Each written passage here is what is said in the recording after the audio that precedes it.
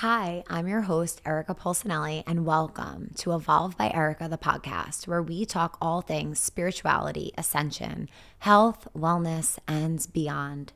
I'm so excited that you are here. Come on in.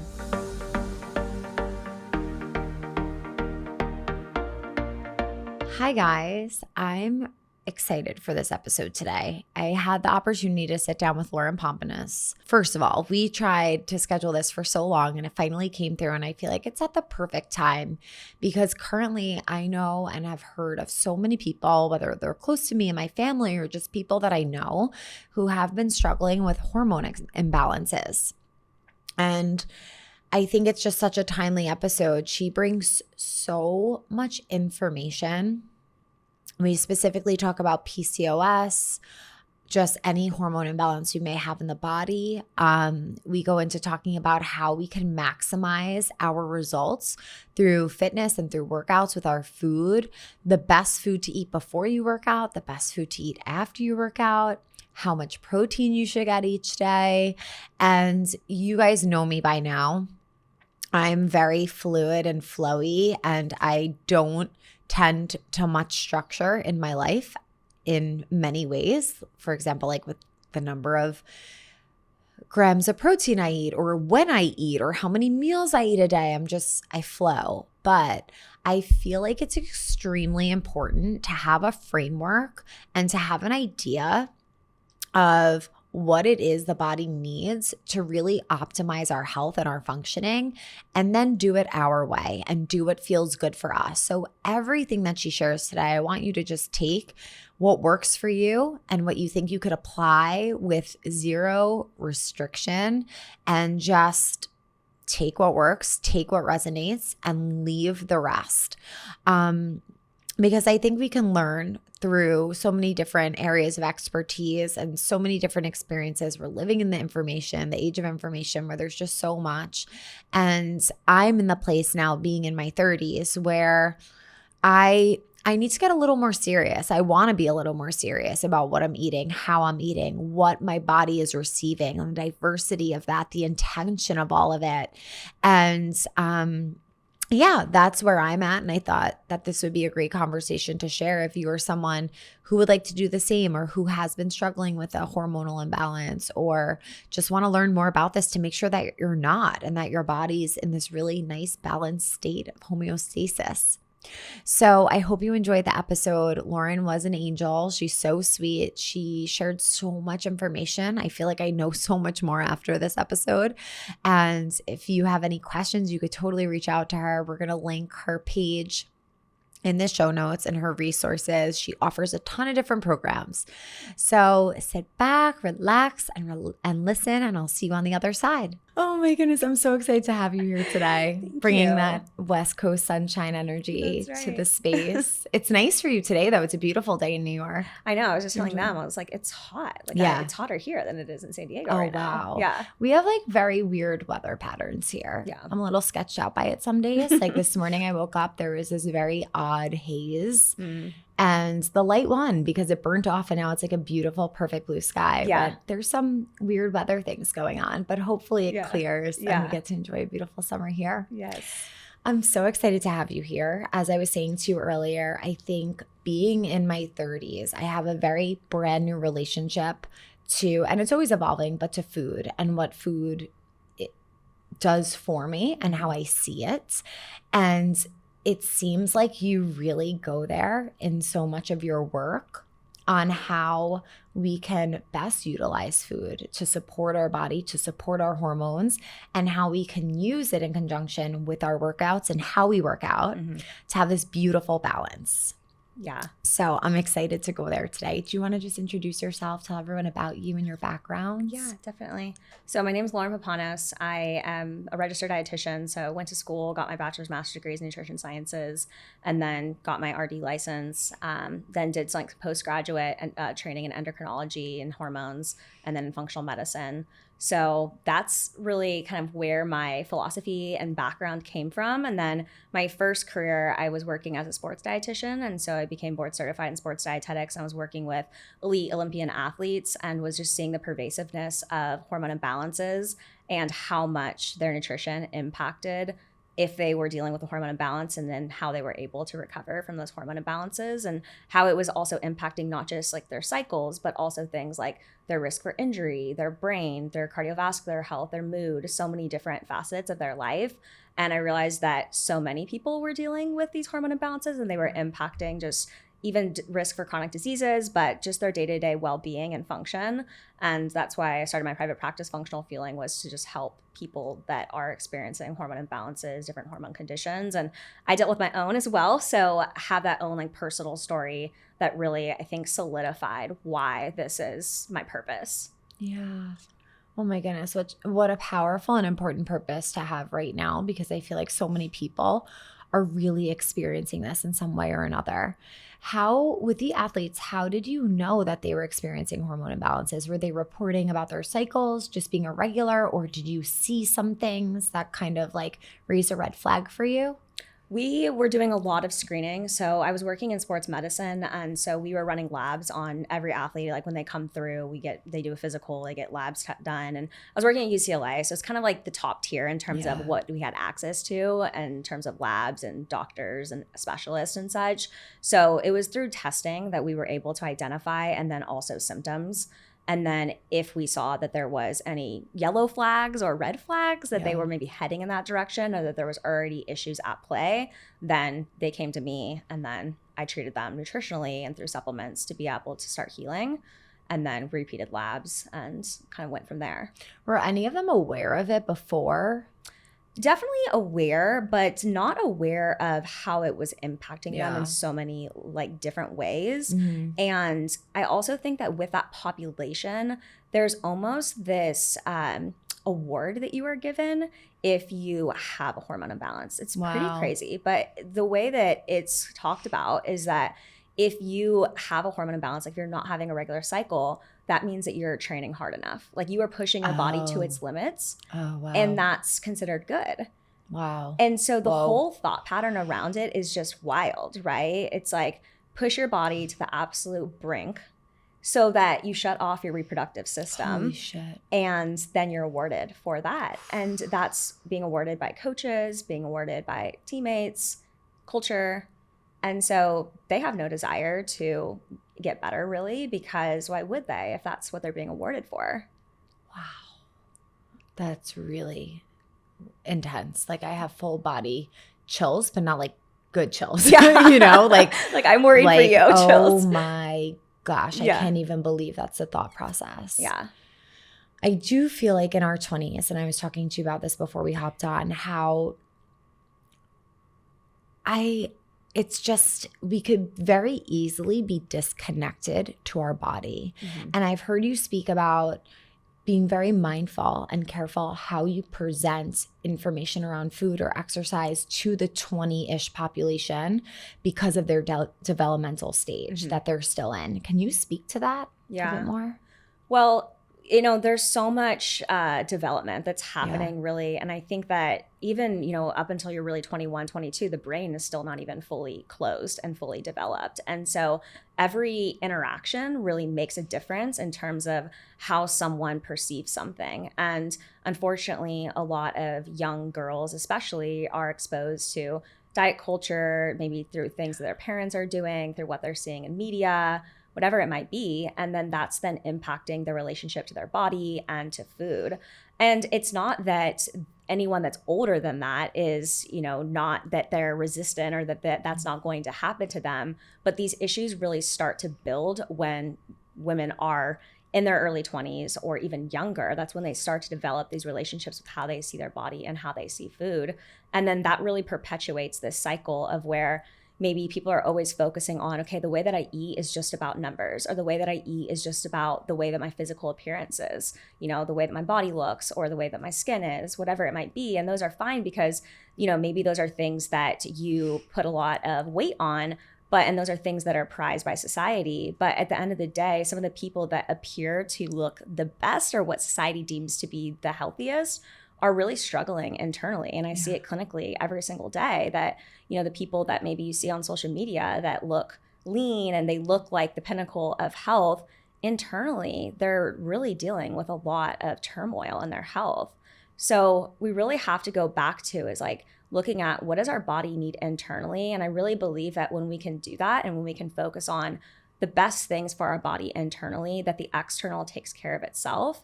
And there doesn't have to be so much resistance around like always forcing and restricting what you eat and exercise and like all this rigidity that tends to develop during those years. I couldn't agree more. And I hope to believe the same thing as well. And I feel like in a sense I do. I experienced an eating disorder in my 20s as well when I went away to college.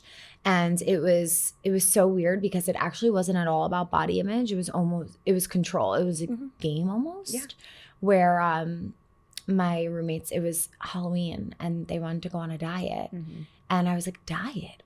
How old are we? Like, we're like 18. I don't even know. 18 years old. We're young. We're healthy. We're beautiful. Like, I was very naive. I'm like, what do you mean a diet? And we did it and I couldn't get off of it. And I lost probably close to 20 pounds. I didn't really think I had 20 pounds to give. I was down to 107, my lowest weight ever. And it was like, it became a game. And this sense of control.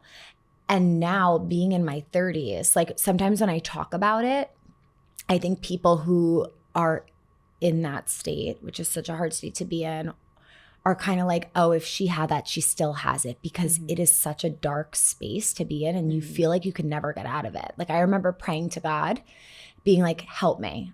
How did I get here? And I need to get out of it.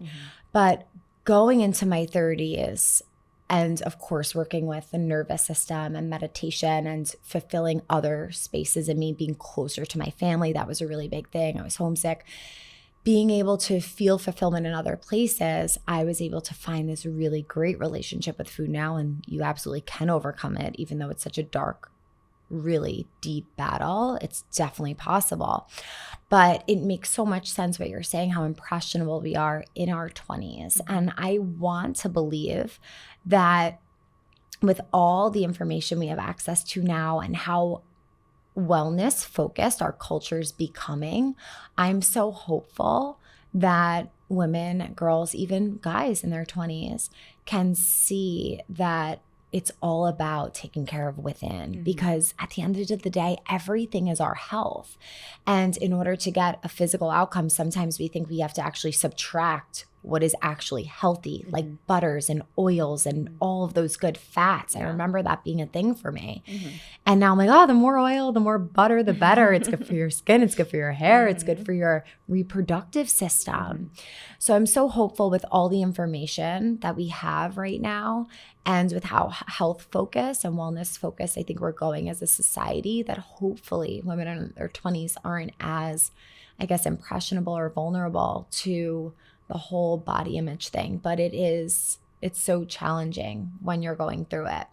It is, yeah. And I hope the same. And, I do think that the one challenge that the generation faces right now is just the social media. Like I didn't have that. I mean, social media wasn't really a thing until I was like done with college. Right. So it's like, it wasn't really something that I was exposed to during those years of like comparing myself to other people like that, And so that's the only thing that I hope that they're able to stay grounded and within and not compare themselves so much to other people, because I think that can really be challenging. Absolutely. It definitely increases the comparison if we let it. Yeah. Because we have exposure to everyone in their bathrooms and in their closets, getting ready, getting dressed, like things we've never seen before. Totally.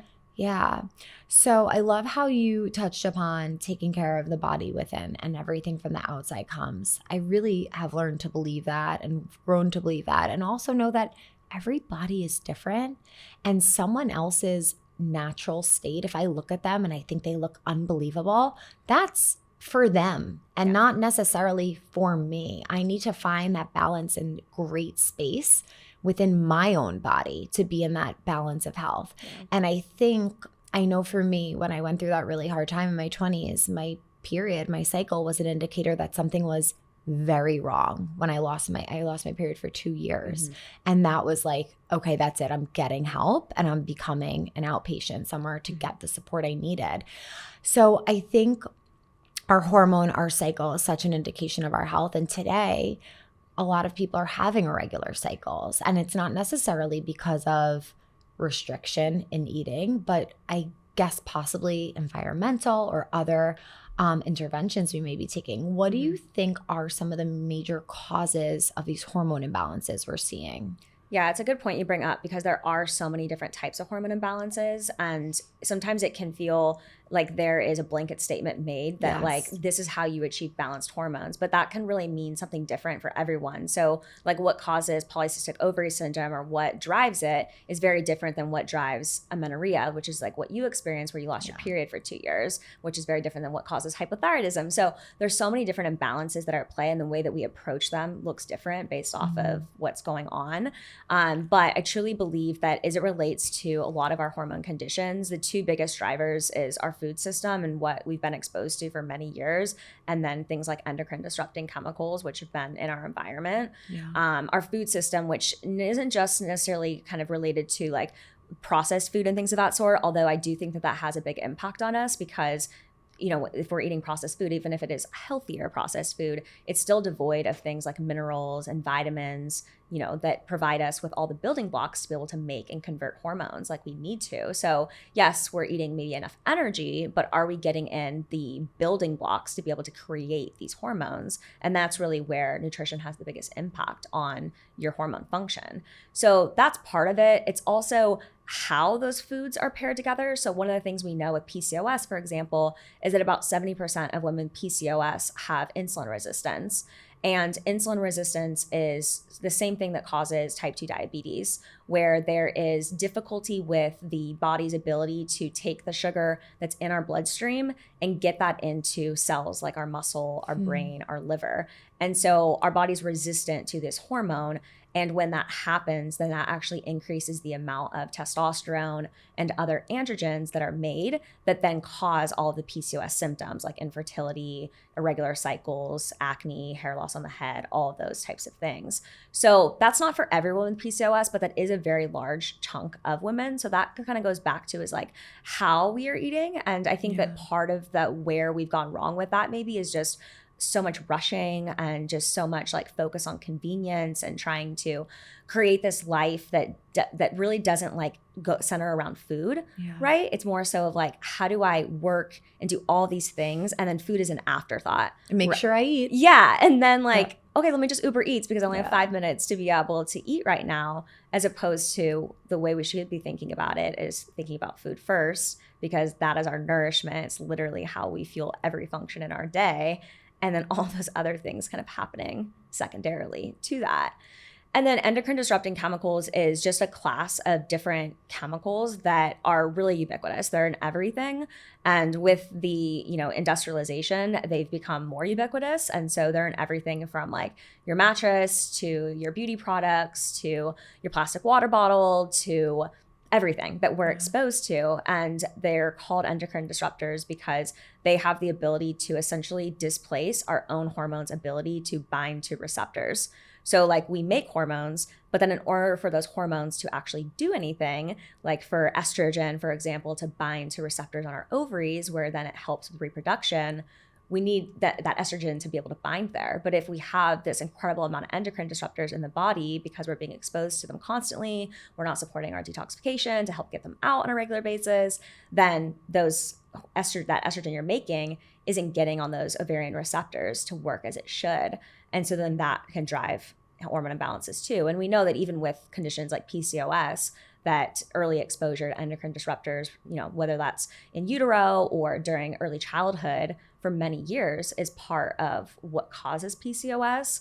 And it's thought to be maybe what also is causing so many young girls to go through puberty at such a young age. Wow.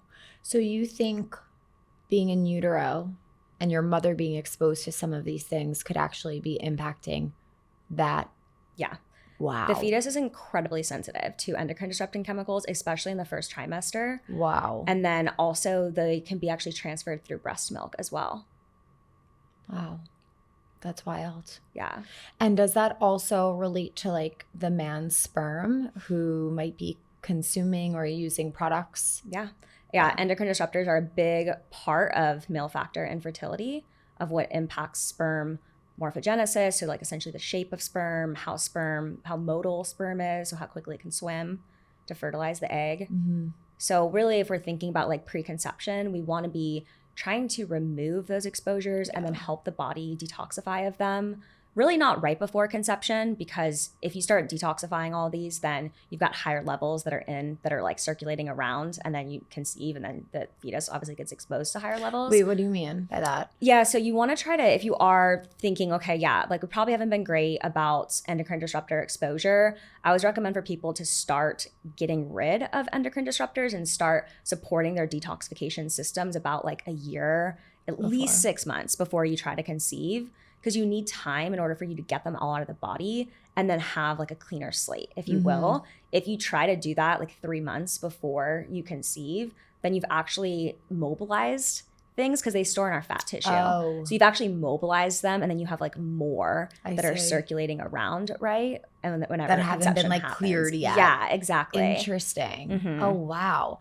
I've been listening to some podcasts about hormones and other things that are similar to this. And they were saying for conception, it's usually like at least 3 months. Like you start to make your changes at least 3 months before, because that's when your eggs are actually being developed for what would be released like 3 months after that. Yeah. I don't know if I'm saying that correctly. Yeah, no, the egg that gets fertilized is from about 3 months prior. Yes. So it really is like, what did you eat? What were your lifestyle exposures 3 months prior to conception? But 3 months even, I would say, is a very short timeline. It really should be even longer than that. Okay. Yeah. So I want to go back. I have so many questions. I'm like trying to store them all in my brain right now, because there's so many questions I want to ask you. But I want to go back to the insulin resistance. And you were saying that we need these building blocks in order for the hormones to all release in the correct way. What are some ways we can support that in our body? Yeah. One of the biggest things is really trying to focus on vitamin and mineral rich food. So think about the nutrient density of foods that you pick. There's a term that we use called functional foods, and it basically just means foods that provide nutritional benefit outside of just their macronutrients. So for example, if you take a piece of salmon versus chicken breast, they're both inherently high protein foods, but chicken breast just really is protein. It doesn't have, other than like B vitamins and things, it doesn't have a ton of like functional properties to it. Whereas with omega-3, or with salmon, it has omega-3 fatty acids, which are incredible for reproduction, for our hormones, for helping with PMS symptoms, for conception, all of these different facets. So salmon would be a protein source, but a functional food. And so that's a very like nutrient dense option. Similarly, there can be foods like beef liver, which some people are open eating, some others aren't, but that can be a really nutrient dense food because it has really high levels of something called retinol or vitamin A, which is the active form that our body needs to be able to make hormones. Vitamin A is really important for hormone production, especially testosterone. And then we have plant foods that are really rich in minerals, which are things like seeds. So like pumpkin seeds are really high in magnesium and zinc. You've got Brazil nuts that are really high in selenium, and just eating a diversity of plant foods and really trying to focus on the ones that are going to give you the best mineral bang for your buck is going to be so critical, because minerals, which are things like magnesium, selenium, zinc, people might be familiar with, but they're so important for hormone function. It's literally how we make hormones and then convert them over to the usable form that our cells use. So like with thyroid hormones, for example, if there's a deficiency of minerals like iron, selenium, and zinc, you can make thyroid hormones, but those thyroid hormones aren't actually converting over to the usable form that then our ovaries use to be able to reproduce. So we want to make sure that we have an adequate supply of these so that our body's never in deficiency. And really, food is the best way to do that. Yes, you can supplement with these things. That was my question. Yeah, and that can be great if like you're not able to eat some of these food sources. But everything in nature is how it should be for a reason, because it's synergistic, right? Like if you eat a pumpkin seed, it's not just zinc, you're getting zinc and magnesium and fiber and all of these other components. And that's really what our body recognizes as the best absorbable form, is that food source. Yeah. Wow. So supplementation you can do, but obviously going back to nature is best. There was a question I wanted to ask you about everything you just said. So it was selenium, magnesium. What were some of the other minerals you mentioned? Iron, zinc. Okay. For the beef liver, that's what you brought up, right? Beef liver. I've been plant-based for a very long time. Just started eating salmon. It was like this intuitive hit that I got. Yeah. One day I was on the beach last summer and I'm like, we're leaving and we're going to get a salmon dinner. And he was like, what is going on? I'm like, I don't know. My body's saying it. I need it. So like I knew I was ready. And that's really how I'm moving now through my life, just like super intuitively. I don't think I'm ready to eat beef liver, but what can I do? Because vitamin A is a huge source of collagen as well, correct? Vitamin A, beef liver does have collagen. Vitamin A is a little bit different than what collagen would be. Collagen would be an amino acid, whereas vitamin A is more of like a fat-soluble vitamin. But we get vitamin A through plant sources too. So like anything that's high in beta carotene, which are all of your orange foods. So think of like orange bell peppers, carrots, sweet potatoes. Those do convert over to vitamin A. But in some people, based off genetics, it can be as low as 2%. Wow. And I can't tell you how many vitamin A levels I've seen where people are just so deficient. Wow. Yeah. And people that are like eating a very good diet, just still not getting enough. And vitamin A is so critical to our hormones. It's so critical to skin health. That's why retinol is put in all the skincare products, right? So many people maybe are that's what I was thinking of, not collagen, but retinol. Yeah. Retinol. So they're both, great for the skin. Yeah, for different reasons. So if you're on more of a plant-based diet, you're not eating beef liver, and you get your vials done and your vitamin A is fine, are you really getting because sometimes I hear that your body, but I guess you're speaking to that percentage where some people, depending on their blood type or whatever it may be, can't actually absorb the nutrients correctly through some vegetables, and they actually need the meat products. Would that show in my vitamin A levels? Yeah, if you were eating a lot of like beta carotene rich foods like sweet potatoes and carrots. I love sweet potatoes and carrots. Okay, yeah. And then like your vitamin A came back low, I would be probably pretty confident that you probably have the genetics that you can't convert it over. Okay. And I work with a lot of vegans and plant-based individuals, and we're still able to optimize things without meat products. So like it's totally possible to do so. It does require a little bit more creativity and sometimes a little bit more supplementation to be able to make sure that there are no deficits that are present. And I also really believe that there's no diet that like works for everyone. Yeah, and that some people, they do thrive in more plant-based eating patterns. And that's maybe not even what works for them physically, but emotionally, spiritually, whatever it might be, you know? And so who am I to say that that's not the way you should be eating? I'm just going to tell you, this is what I'm seeing and like your data and what your symptoms are and your goals. Let's find a way to be able to get to the most optimal health, and let's figure out the best way we can do so within what you feel comfortable doing. Yeah. Going back to the endocrine disruptors, you spoke about like detoxification. Do you have your go-to detoxification protocol or supplements that you recommend if someone is just bombarded by these things? Yeah. So the first thing was we always want to work on is avoidance. So just becoming aware of what to avoid, that's going to be huge. But then within our liver, which is where all of this gets filtered through, there's really 3 phases of detoxification. And so we always start at phase 3 and we work backwards, because even though it might sound, you know, okay, well, shouldn't you go step 1, 2, and 3? The problem is that if you start at phase 1, you will cause more symptoms to happen because your body has nowhere to get rid of those toxins. So phase 3 is essentially our poop. So if we aren't pooping regularly, that's the first place that we have to address, because that's how we get everything that goes through our liver out of the body. And if things aren't getting out, then even if you upregulate detoxification, well, now you've just got more circulating, but it's not leaving the body. Got it. Right? Oh, so, wow. Yeah. It's scary. I know. Exit. Yeah. Exit. It's like, please get out. Yeah. That's what I always think of, you know, whenever, like if I have a day where like I don't have a bowel movement or something, I'm like, okay, this has got to get out, you know, like this is just recirculating. So it's really important. What do you do on those days? I really love like magnesium citrate, aloe vera. Those are super helpful. I don't really have the issue as much anymore because I just kind of know like what I need on a maintenance basis. But you know, sometimes if you like travel, there's things that are off and such like that, you know? So I love inner fillet, aloe vera, and magnesium citrate. It's just like a good foundation for a lot of people. And then of course, just making sure you have like the basics in order, like you're drinking enough water, eating enough fiber, all those things. But yeah, so we got to get things moving out of the bowels quicker. So that's always where we start. And then phase 2 and phase 1, those are required. They require certain nutrients to be able to upregulate those. So a lot of people, when they think of detoxification, they think of like, oh, go grab a green juice and that's going to take care of it, which it does part of it, but you need a lot more than just the vitamins that are in a green juice. Those phase 1 and phase 2 require things like amino acids. So we need to be eating adequate protein, but we also need certain amino acids. So things like glycine and glutamine. And those are a little bit harder to obtain. Collagen is made from glycine and glutamine. That's part of what it's made from. But you can also get the glycine and glutamine if you aren't plant-based, then it would be from things like bone broth or like meat that has bone in it. If you are plant-based, then you can eat the precursors to be able to build those amino acids. And then as long as you eat enough diversity of plant foods, then you should be obtaining enough like wide diversity of amino acid profile. So that's important that we're getting enough protein and just like a diversity to get the amino acids. And then we also need enough vitamin C, we need enough B vitamins, and we need enough antioxidants. So those are going to come from things like dark leafy greens, berries, green tea. Vitamin C would be things like citrus-based foods, oranges, lemons, limes, all of those. B vitamins you get from a lot of your like more protein-rich foods or from just like eating a diversity of plants as well. But so we want to make sure that we have all of those in place.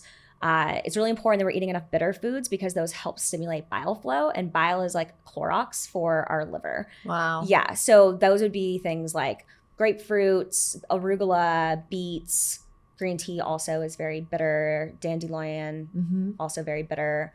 So those should be really like the foundation of what we're consuming. And then I also recommend people are supplementing at the same time to be able to help support that. So we can use things like TUDCA, which is a plant-based way to be able to stimulate bile flow. That's really great for the liver. We can use things if someone's like constipated to be able to help, like magnesium citrate, calcium D-glucarate, help to be able to improve that phase 3. And then we can also use things like liposomal glutathione or N-acetylcysteine, which are great options for liver phase 1 and phase 2 because glutathione is primarily stored in the liver, and it's what essentially helps to be able to detoxify everything through those 3 phases. Okay. Really cool.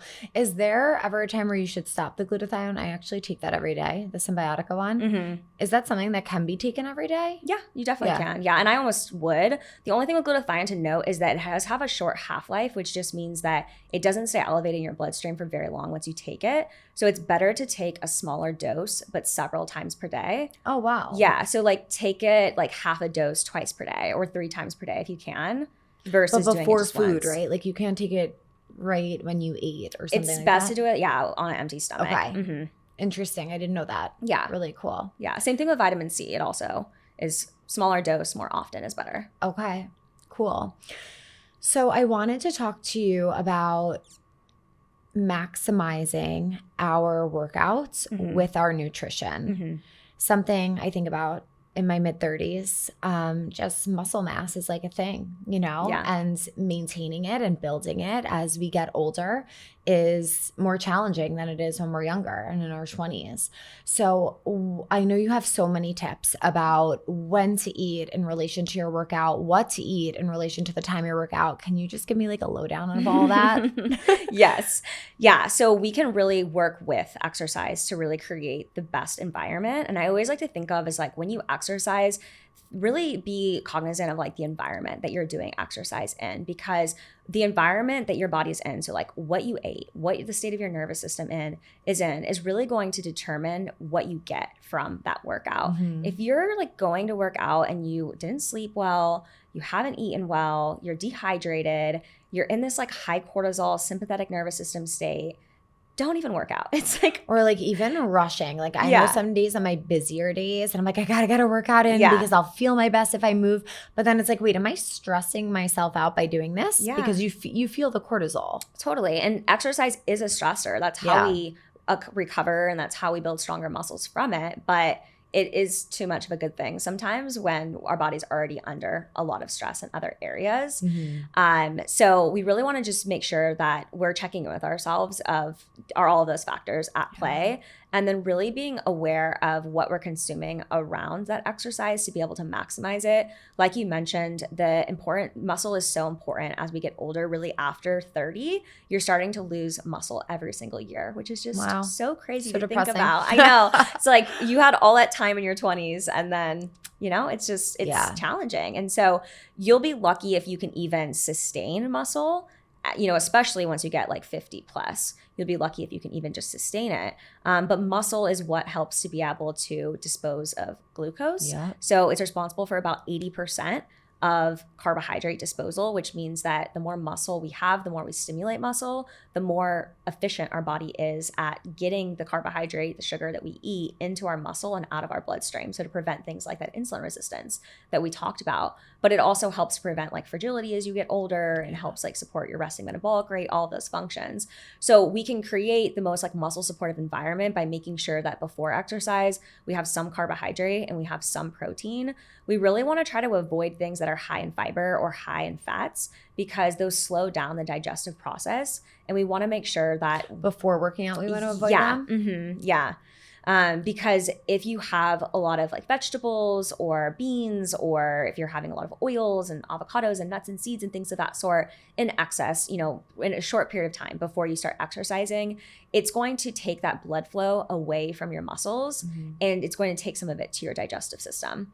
And that might be why someone that's listening is like, oh yeah, I know that whenever I eat X, Y, or Z food, I feel super sluggish, or I feel like bloated. I feel like bubble guts. Sometimes people feel like sloshing in their stomach.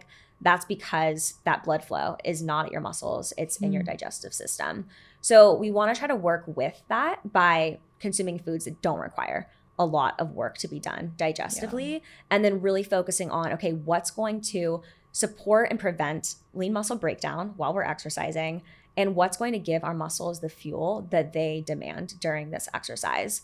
And whenever you're doing something that is moderate to higher intensity, so if someone's doing like strength training, or they are doing a circuit type class, a interval type situation, then those do require carbohydrate. That's the main source that's utilized. And that's why a lot of athletes use like gels and goos and things of that sort whenever they're like training, which really isn't necessary unless you're like training for a marathon or really training for like more than 90 minutes straight, which most people aren't, but it is important that we do have some of that carbohydrate before, because it's literally what our muscles use for energy. Our body doesn't use fat very efficiently during exercise. So then would that be fruit? Yeah, fruit in the morning. Yeah, you could do fruit. You could do like a toast of some sort, like oatmeal, any of those types of carbohydrate sources. What if we're working out like first thing in the morning and we don't want to eat until like after, just because it's early? I know it's such a hard thing, and I hear you. It's just hard to like put food into your stomach when you feel that way, but it really is so important, because when you wake up, you get what's called a cortisol awakening response. So your cortisol is naturally the highest, and then you add exercise to it, which also increases cortisol levels. And then you add not having eaten in like 8-10 hours to it, which also increases cortisol levels. And then let's go a step further. Some people are doing coffee too. Yes, it also increasing cortisol levels. So it creates a bit of nervous system dysregulation and really sends these signals to our brain. There's a lot of cortisol in the mix, probably not a safe place to reproduce. And when our brain gets those signals, it's going to impact things like sex hormone output, thyroid hormone output, so on and so forth. Wow. Okay. So it's really important to eat breakfast.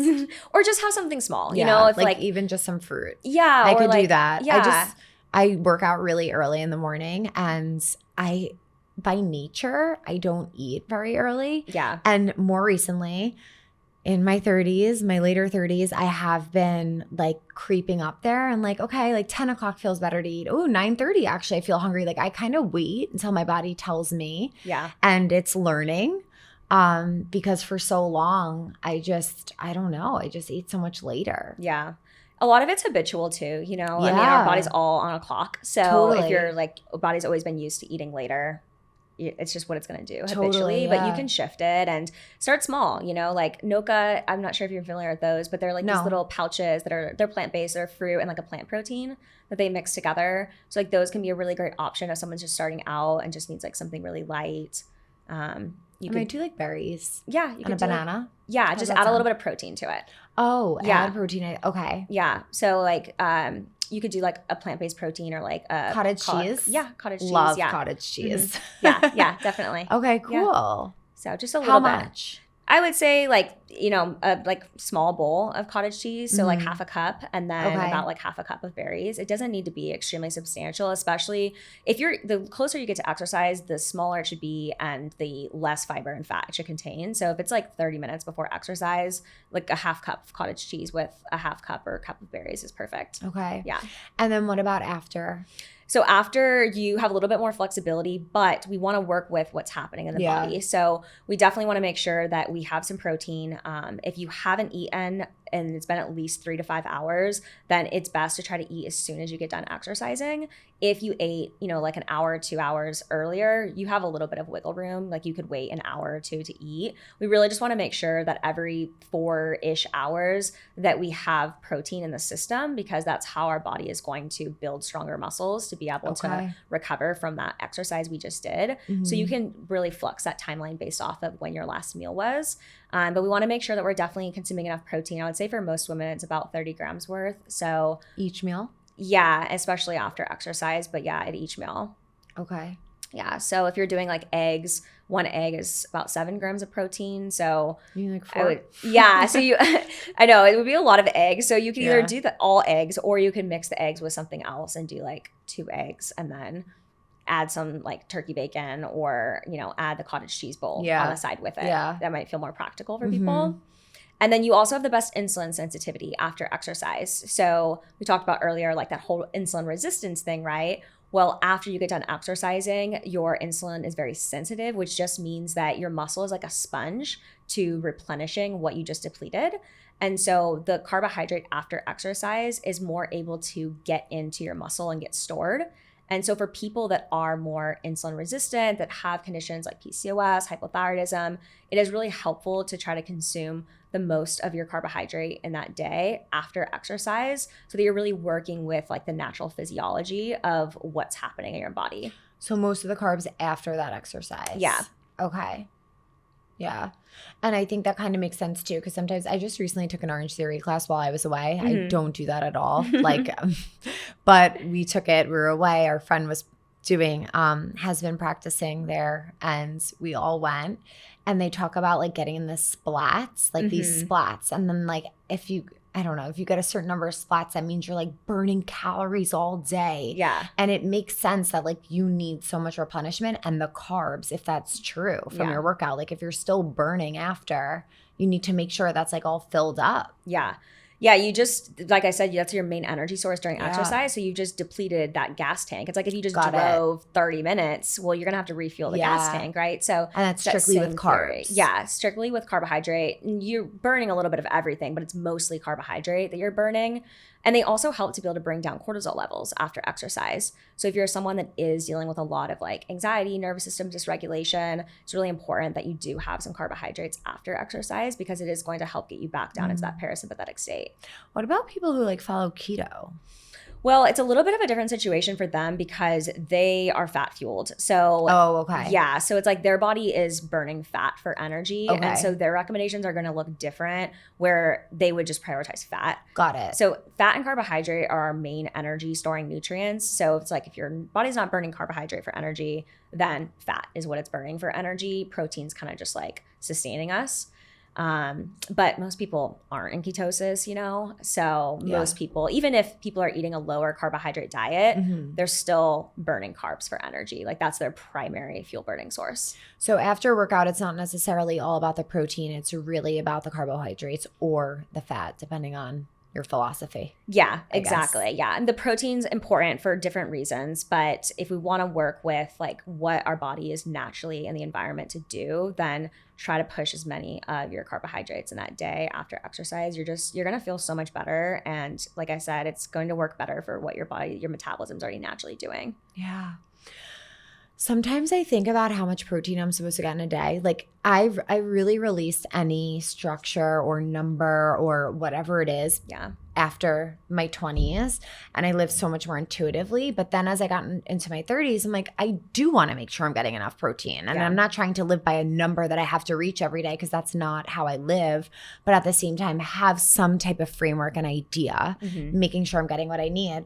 So like if you did, let's say 3 eggs in the morning with some cottage cheese in it to like get near that 30 point. And then for lunch, maybe did a salad with nuts and beans to get your protein in if you're not eating, an animal protein for lunch. And then for dinner, if you had like a piece of salmon with vegetables and a sweet potato, would that be enough?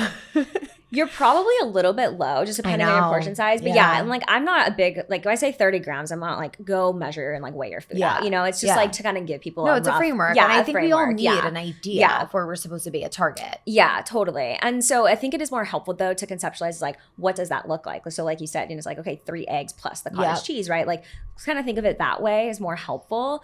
I would say that my like kind of my favorite for most women is about 4 times per day hitting that 30 gram threshold. That's about like, now I got more work to do.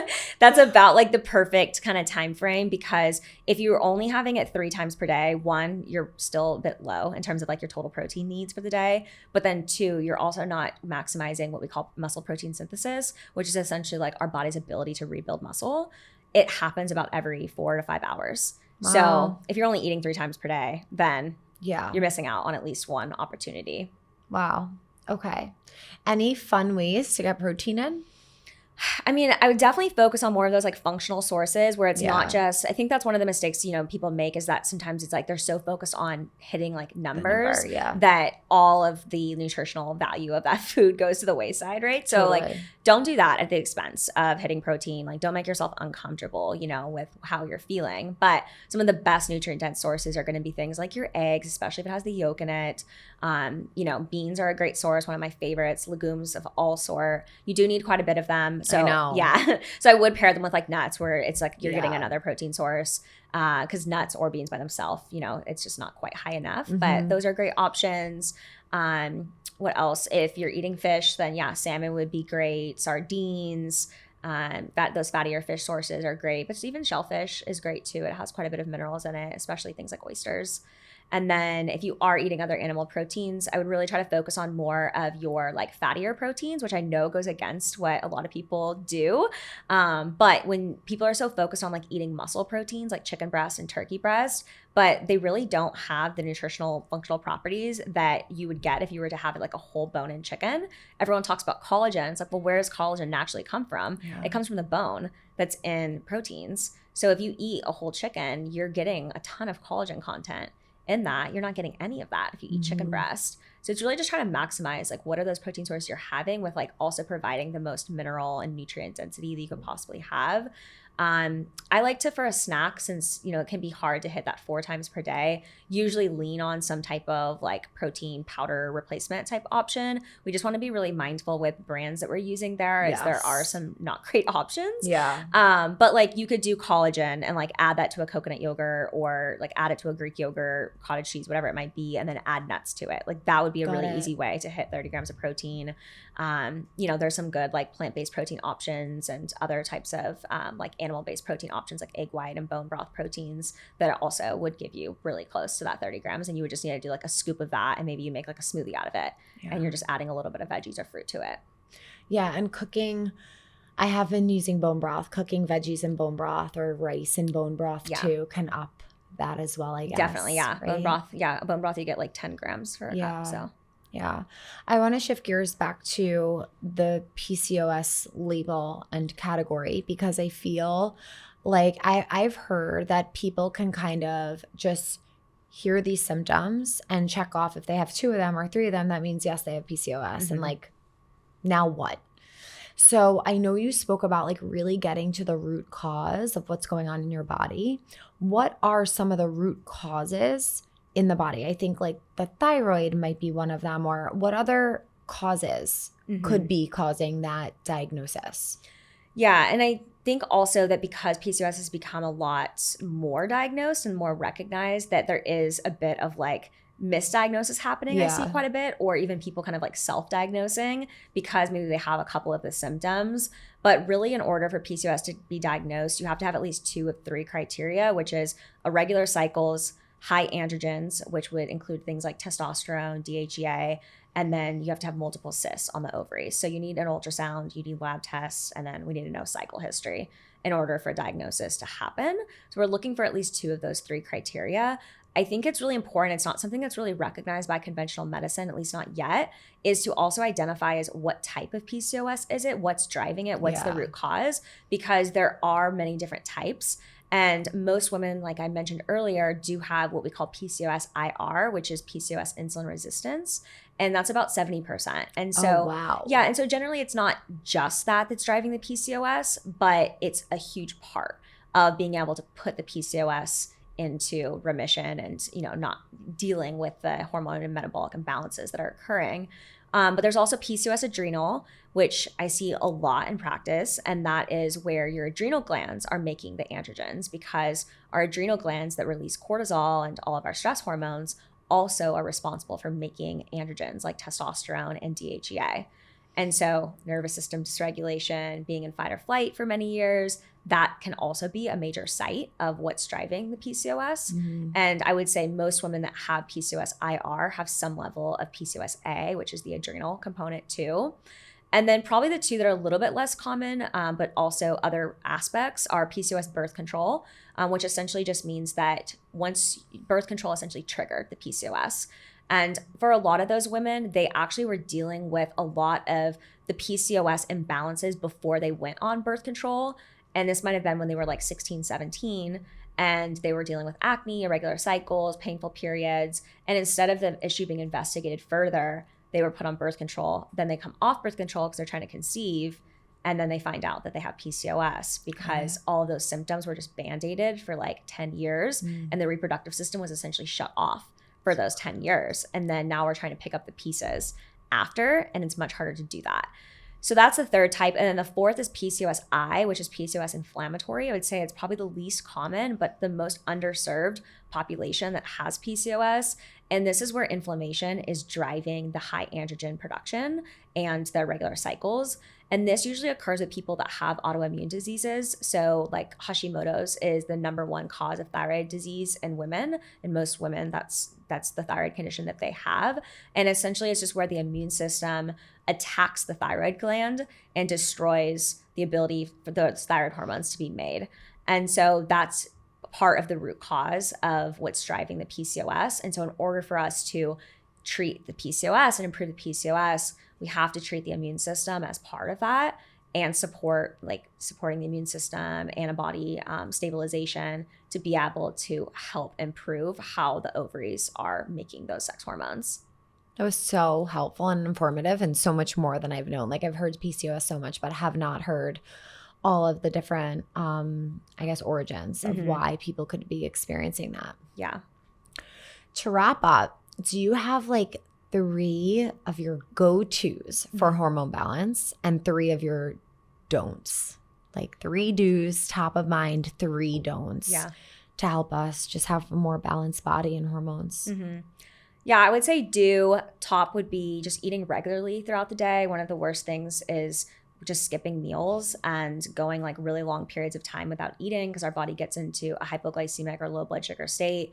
And then when that happens, we release cortisol, and then it drives this whole dysregulation of thyroid and sex hormones. So just really trying to prioritize eating regularly and looking at like, how does that have to happen for you? Whether it's making blocks in your schedule or just planning a little bit better so that you're not going 8 hours or 10 hours between meals is really important.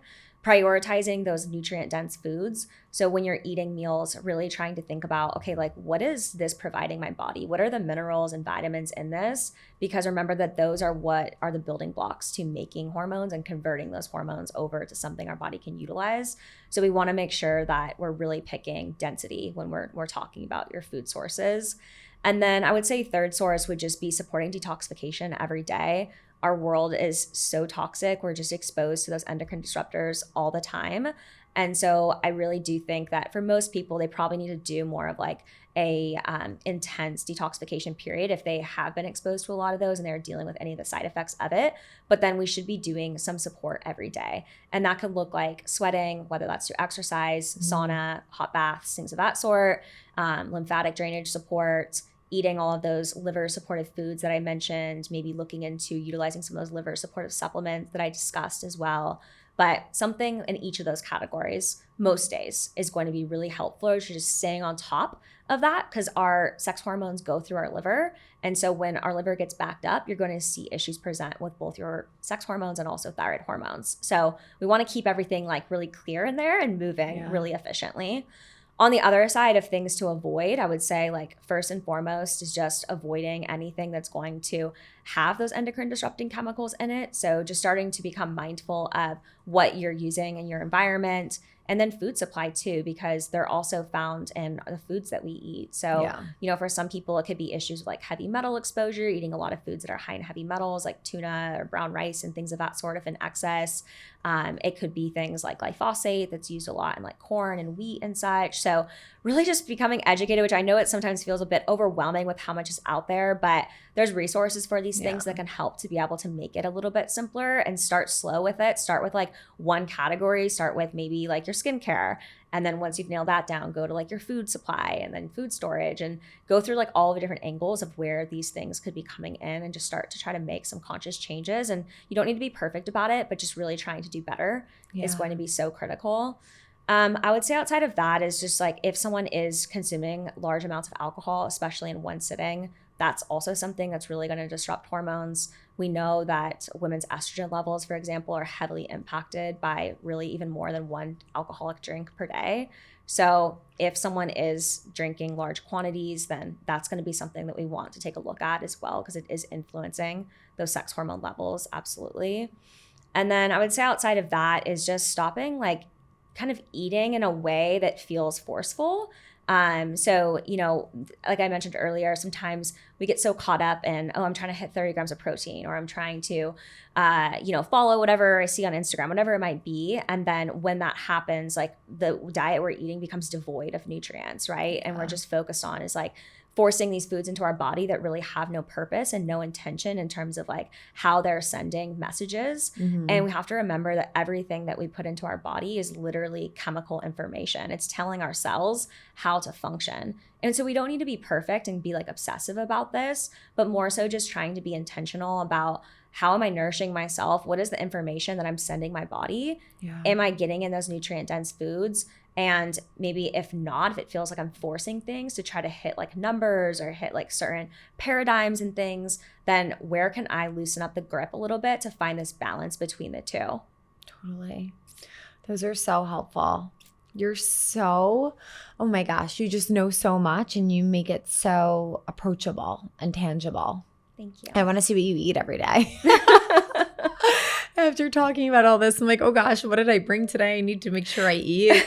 But it's true. And going back to what you said in the beginning, like life has become so much about convenience and less about intention. And we have to bring that back, because with every positive, there's a negative in every single thing in life. That's just the duality of everything. And yeah, we have convenience, and yeah, we have things at our fingertips, but what is it costing us?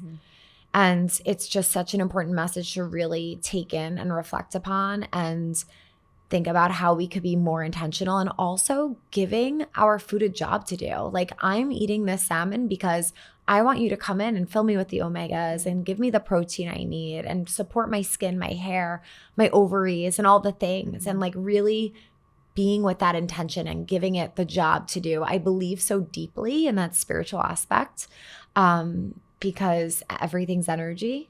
And when we can eat from that place and really with that intention, I think it just helps us to absorb it even more deeply. There should be a study on that if there's not already. They actually have done a study that if you go into the meal and you think like negative thoughts about it, that it actually like perpetuates that. So like the study was done, and I think it was like eating disorders, and it was like people that went into the meal thinking like, oh, this is going to like make me gain weight, or this is going to have like negative ramifications, that it literally caused a negative response to like their lab values.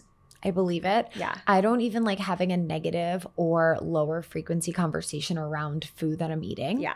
Like if I'm talking to someone and they're telling me something and I'm about to take a bite, like I will not until that energy is cleared, because we're literally consuming, and words have a vibration, sound has a frequency, and everything can pick up the frequency. So I believe that fully. Yeah. Yeah. And that's the way that I like to think about it, is when I eat, I literally am like, and I'm probably a little bit of a science nerd when it comes to this, but I'm literally thinking about like, what is this doing for me as I'm like putting this into my body? And it's truly beautiful when you can think of it that way, as to like all of the places it's going and the different functions that it's having. It just makes eating those good foods that maybe don't taste as good as the other ones that much easier to consume because you feel like everything you're doing has a purpose. Totally. And what a better way to spend your meal than like scrolling or being distracted and really seeing the blessing and the nourishment that's right in front of you. Totally. I'm going to do more of that. My commitment. Can't wait to hear about it. I can't thank you enough. Thank you so much. I really enjoyed this conversation. I learned so much, and I hope that everyone who is listening just takes away whatever it is they need from this conversation. Thank you for having me. Thank you. Where can everyone find you? Yeah, so my practice is Functional Fueling. Our website's functionalfueling.com. I'm over on Instagram at functional.fueling. And then I also have a podcast, which is called the Strength and Hormones Podcast. Incredible. And what other offerings do you have just in case someone's like, oh, I need to work with her right now? What are the offerings? Yeah, so we do like one-on-one personalized program, which is where we do lab testing and work with someone in depth for a few months to help them with improving symptoms and regulating their hormone function. And then we also have a inflammation harmony program, which is our group program for women that have hormone conditions like PCOS, Hashimoto's, hypothyroidism, to really start to treat the root cause of what's driving those. And then we also have a workout membership, which is called Strength and Hormones, which we specially curated for women that have hormone imbalances to support their hormone function. Amazing. So great. We will link your website and your Instagram handle so everyone can find you.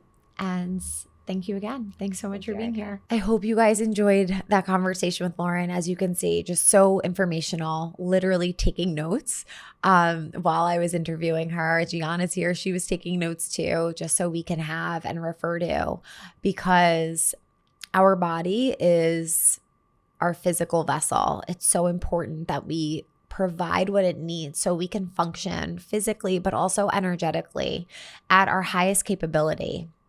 And there were so many important things that she shared with me. I think the biggest takeaway is really just being more intentional, less convenience, more intention, and feeling into each and every meal as such a blessing. And I also want to give my food a responsibility, a job, something to fulfill each time I eat. So bringing my mind to the food as I'm eating it and bringing in the intention of what I hope that it does for me, what I hope it brings to my body. That's just something that I am taking away from this, living and eating with more intention.